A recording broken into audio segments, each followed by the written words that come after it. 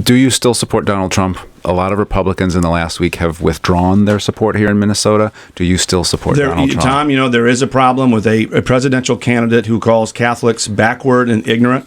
Presidential candidate who trades diplomacy for cash. Presidential candidate that calls half the voters deplorables. Presidential candidate who's admits ISIS is funding Saudi Arabia, but then takes money. I get that. Oh, that's Hillary Clinton. I'm sorry. What about candidates who call Mexicans? I am not willing to turn the country back to the Clintons. So you still support Donald Trump, vote for him, even though with all the sexual assault tape with on the Access Hollywood Bush. I've got 2 daughters. That offends me as much as it offends anybody. Trust me.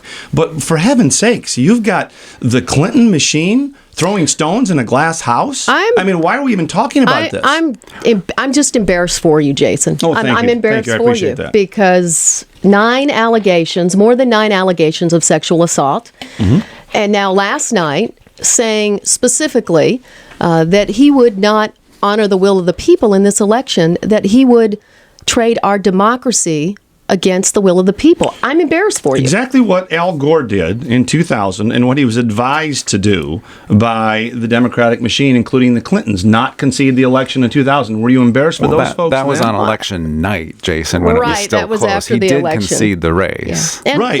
No, he didn't concede. He conceded it, and then he didn't concede it. Well, but he did after the recount and after the Supreme Court. The question is, will you? Of course. Because you will honor the result of the election. Of course I will. Absolutely. That's not to say there's not voter fraud, however.